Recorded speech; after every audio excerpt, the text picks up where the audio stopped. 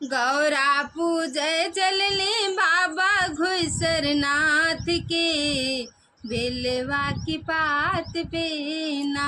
गौरा पूजे चलली बाबा घुसरनाथ के, बेलवा के पात पे ना। गौरा पूजे चलली बाबा घुसरनाथ के, बेलवा के पात पे ना।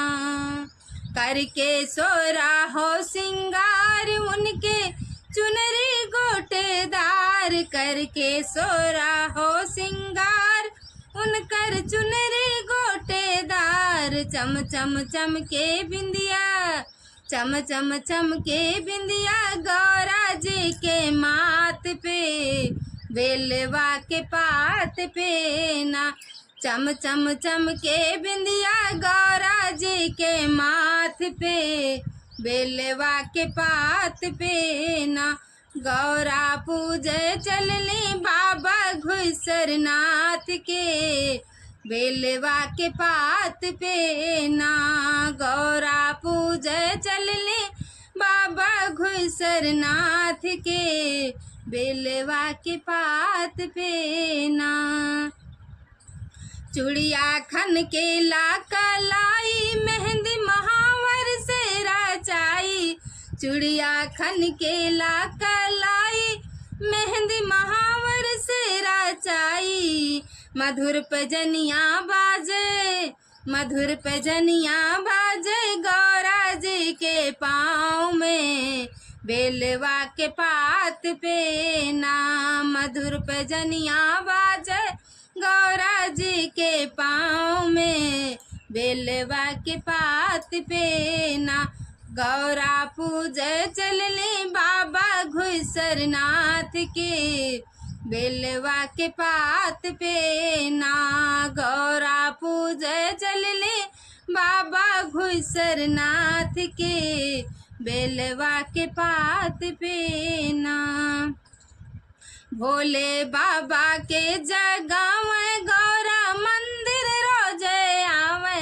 भोले बाबा के जगावे गौरा मंदिर रोजे आवे। धोवे भोले के चरनिया अपने हाथ से, बेलवा के पात पे ना।